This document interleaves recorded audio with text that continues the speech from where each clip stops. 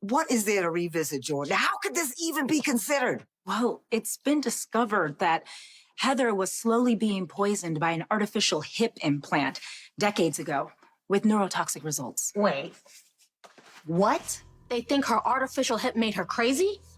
I read about this. And I did some digging. Some people who were poisoned by heavy metals have been affected mentally with anxiety, depression, cognitive dysfunction, bipolarity, even schizophrenia. But even if that were the case, Heather is a brutal killer. Surely this can't erase her actual crimes? No, but some people think it can help explain them. Some people?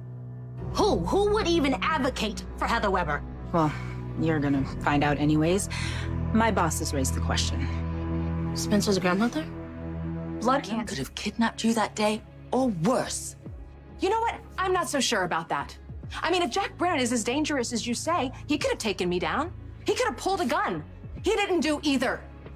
I mean, maybe what you saw as a life or death situation was just a miscommunication. Why don't you try to be as smart as you think you are? You stay the hell away from Jack Brennan.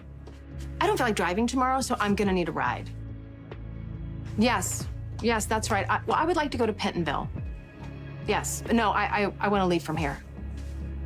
Great, I'll see you tomorrow. Well, that's nice of you to still visit your friends behind bars. Saying that, I realized that I owe you an apology. You? Why? I, may have finagled the meeting and pushed things a bit so that you guys would have a chance to interact. And I'm sorry. I can't speak for Laura's intentions, but I do know her as my boss and as a person. She is smart and sensitive, so let's not jump to any conclusions.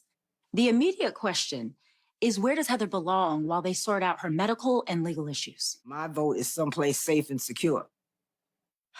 This is a very complicated issue. I've worked with psych patients and their families, and I know that people's pain, whether mental or physical, can drive them to do and say things that would otherwise be unthinkable. Okay, Stella, maybe Heather was acting out of mental or physical pain, as you say. But what about her victims? What about the victims' families? What about the pain she inflicted on us? When Jason got back to Port Charles, after he jumped off the bridge, Michael and I found him in the boathouse, badly wounded.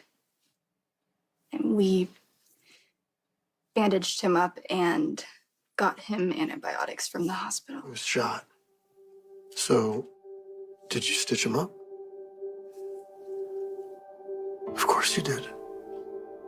Because that's what you do, Willow. You help people. You help Jason. You help people at GH. And now you're helping people through the New Tomorrow Institute. Going to last that Sonny would leave me, and he did. If I had listened to you, maybe I could have saved myself some heartache. But you know, I wouldn't listen to you or anyone else. I had to live it, and I have. Is that all? I'm trying to make amends with Drew. I understand needing to be on good terms with your employer. It's in Drew and my best interest to have a good working relationship. No reason to look back at all the damage done, huh?